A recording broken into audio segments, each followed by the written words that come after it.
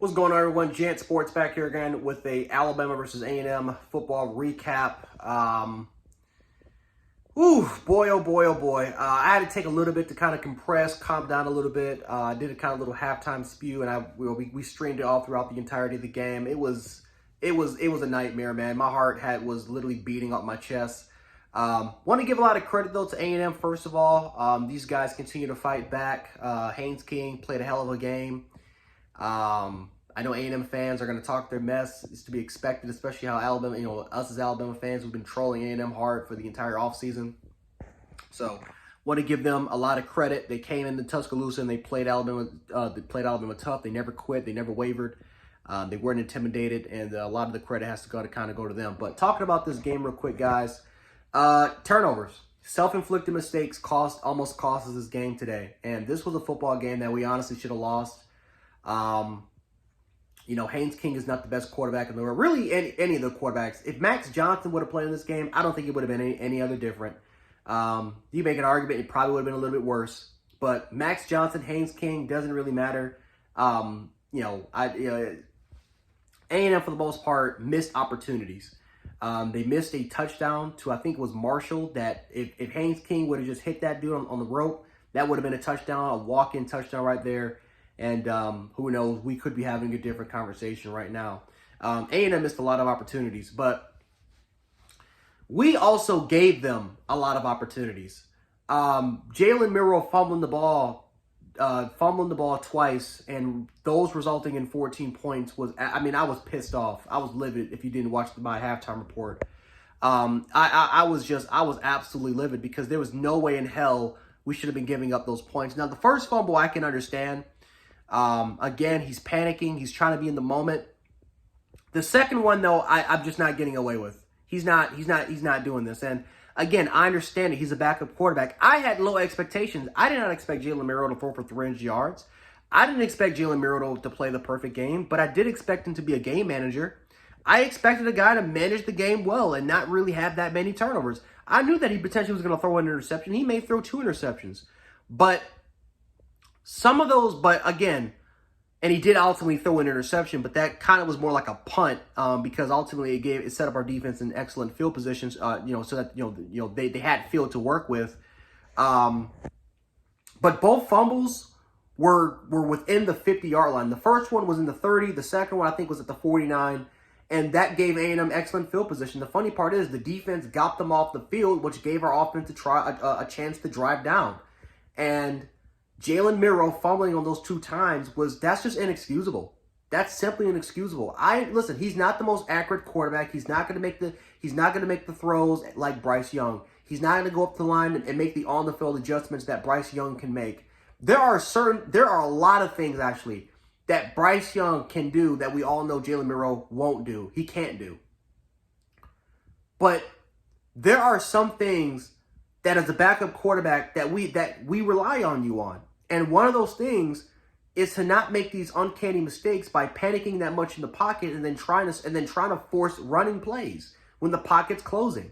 And then you don't hold on to the ball. I don't mind you getting sacked, but you have to understand as a ball carrier, you have to protect the football. You got to protect it. When you run and when you scramble, there are risks. There are risks you take when you're a quarterback and you're trying to run out there. You got to protect the football. So those resulted in 14 points by A&M. Jace McKellen fumbled again, another running back that we rely upon that was fighting for that future back row. Well, guess what? He lost it today. If there was any chance of that happening, he lost that today. Because guess what? He fumbled the rock and it gave A&M 3 points, and we were moving on that drive. We're moving on that drive, man. Jalen Milroe could have threw, and honestly, Jalen Milroe could have threw 2 interceptions. A&M defenders literally threw it right to them, and they dropped it both times. One of them was at the goal line, which would have set him up at the 1, and the other one was kind of, and if the other one would have caught it, he would have set it up right in, I think right near the 35 or 36-yard line. So we got away with a lot of stuff here today, guys. We got away with a lot of stuff, and I want to give Jalen Milroe the benefit of the doubt. He had a bad game. No, scratch that. He had a shitty game. But there's just things that I just can't excuse. those fumbles, again, I don't mind you taking sacks. I don't mind you going out the pocket and throwing the ball away. Listen, if you're going to miss reads, hey, listen, Jalen Milroe missed some reads here and there. But I would rather him go outside the pocket, do the Jalen Hurts, throw the ball away, and live for another down, than simply just forcing things.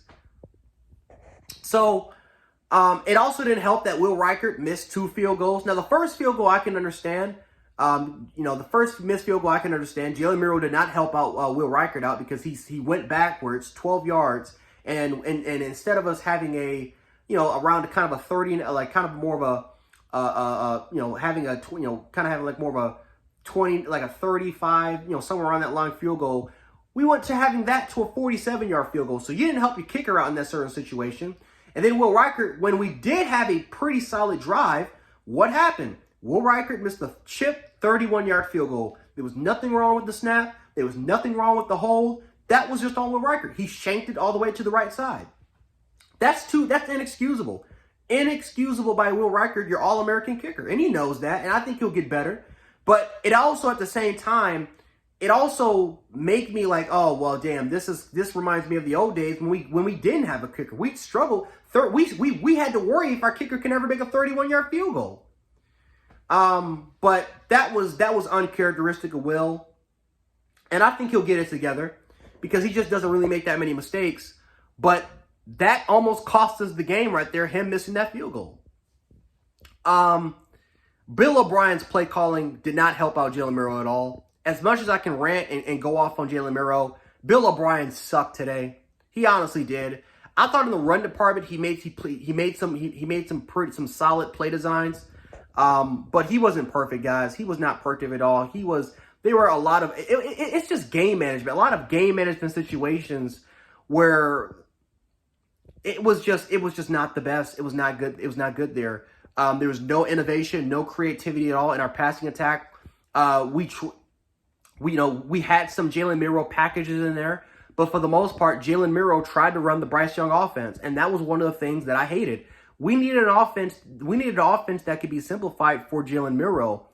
That only he can kind of work with. And I feel like we made some adjustments here and there as far as, making some routes that we can create space in order for Jalen Milroe to hit. Because again, a lot of our biggest plays were the dig routes, right? It was the underneath routes, which were our biggest plays in the receiving game. A&M also made some self-inflicted mistakes when they tried to kind of send, they tried to send all a blitz, and Cameron Latz was wide open in the end zone. There was another kind of a weird, situation where they, missed coverage situation where Jermaine Burton broke it for a touchdown. The Ja'Cory Brooks one, that was pretty much a well-designed play. Ja'Cory Brooks was kind of an underneath route, took it all the way to the house. But Bill O'Brien's play calling was not it today. And again, when you have a stubborn offensive coordinator like Bill O'Brien, mixed in with a very raw quarterback in Jalen Milroe, mixed in with turnovers, mixed in with missed kicks, mixed in with once again self-inflicted penalties, that's gonna be disastrous. That's extremely disastrous. And honestly, we should have lost. Like, these are the type of games that we lose. The Ole Miss game back in 2015, the Ole Miss game back in 2014, the A&M game from last year, right? The LSU game back in 2019. Like, these are the games that we lose. Now, thankfully, we came out with the dub. But let's be honest, A&M is extremely talented, but they're not a good football team. They're simply just not a good football team. And tonight, we almost lost. We should have lost this game. The Texas game, I simply felt like we lost in the line of scrimmage on the defenses. We lost in the line of scrimmage on the offensive line. Our receivers really couldn't get open, and Bill O'Brien was a big part to play of why. But this game, it was everything. It was a lot of things that happened today, man. The self-inflicted penalties, Bill O'Brien, Jalen Milroe simply panicking the pocket, not showing that he's ready for the moment. Special teams mishaps. But really, besides that, if we kind of take those things out, the offensive line, I thought, played excellent today. The offensive line gave Jalen Milroe protection. The problem was that he kept panicking the pocket as soon as his first read was gone because he didn't go through his progressions. His mechanics were off as well. So the offensive line, despite the sack numbers that they'll say for A&M, I thought Milroe had I thought that all overall-wise, this offensive line had a very, very good day. We ran the ball very, very well today. And again, a big key was because of our offensive line. Again, Tyler Booker. Cohen probably had one of the better games. McLaughlin was damn near pitch perfect today. Seth McLaughlin was excellent.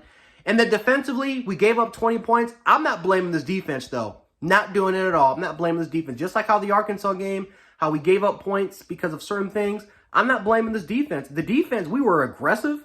We got after Haynes King. Will Anderson had like 8 quarterback pressures. I mean, guys, we got after the quarterback. We played aggressive. Our secondary played aggressive. Kool-Aid didn't really get burnt that much. You know, Terrian he was tested tonight, and our safety play in the back end definitely was not the best. Helms and Batter did not have a good game in the back end, but they kind of made up for it on run support. But overall wise, I thought the defense had a B+ performance. They played a really, really good game. But when your offense turns over the ball and those turnovers results in points, I'm not going to blame the defense because of that. This defense needs help. And going against the Tennessee, it is clear and obvious, ladies and gentlemen, that we need Bryce Young. If we don't have Bryce Young, I don't know what to think about next week, man, but I will say this. We need him. We need him. Now, if he's not ready to go, then we simply can't rush him. We got to save him, and hopefully he can. But we got to do something with Jalen Milroe. Bill O'Brien has got to get his head out of his ass. Something needs to happen because we can't. That performance that we put up today was horrendous, and that can't happen against Tennessee next week in a very hostile environment, in a very hostile, amped up crowd, a very motivated crowd, and they're licking their chops watching this game because guess what? If that was Tennessee today playing A&M, they would blow them out. But with us, we should have won this game by at least 3 to 4 scores, but we kept A&M in the game. We gave them the confidence that they needed, and ultimately it became a game where it could have been decided, where it was decided at our own 2-yard line. So we got to get better, but a win is a win. I'll take it all day, but there are a lot of things to worry about, and there's a lot of things to worry about going into next weekend. I just hope that Bryce Young's ready to go next week because we need him.